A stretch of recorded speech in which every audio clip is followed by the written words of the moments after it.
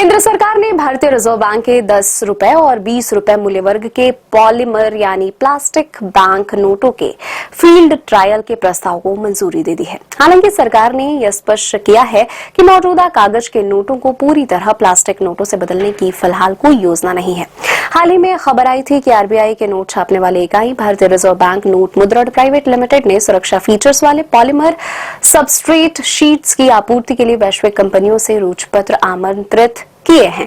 हालांकि टेंडर में यह नहीं बताया गया है कि ये नोट किस मूल्य वर्ग में और कब से नियमित रूप से जारी किए जाएंगे। लोकसभा में सोमवार को एक सवाल के लिखित जवाब में वित्त राज्य मंत्री पंकज चौधरी ने बताया कि आरबीआई के केंद्रीय निदेशक मंडल की सिफारिश पर 10 रुपए और 20 रुपए के 1 अरब पॉलीमर नोटों को फील्ड ट्रायल के लिए जारी करने का प्रस्ताव दिया गया था। ट्रायल सफल होने के बाद इन्हें नियमित रूप से जारी करने की योजना है। इस प्रस्ताव को केंद्र सरकार ने मंजूरी दे दी है।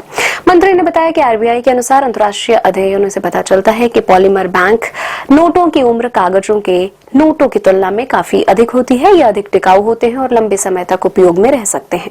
डिजिटल भुगतान पर संभावित असर को लेकर पूछे गए सवालों के जवाब में पंकज चौधरी ने कहा कि पॉलीमर नोटों की शुरुआत अभी शुरुआती चरण में है। इनके नियमित रूप से जारी होने के बाद ही डिजिटल लेन देन पर इनके प्रभाव का सही आकलन किया जा सकेगा।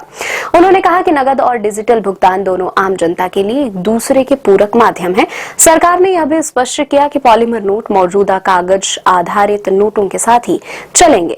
फिलहाल कागज के नोटों को पूरी तरह हटाकर केवल प्लास्टिक नोट जारी करने का कोई प्रस्ताव नहीं है।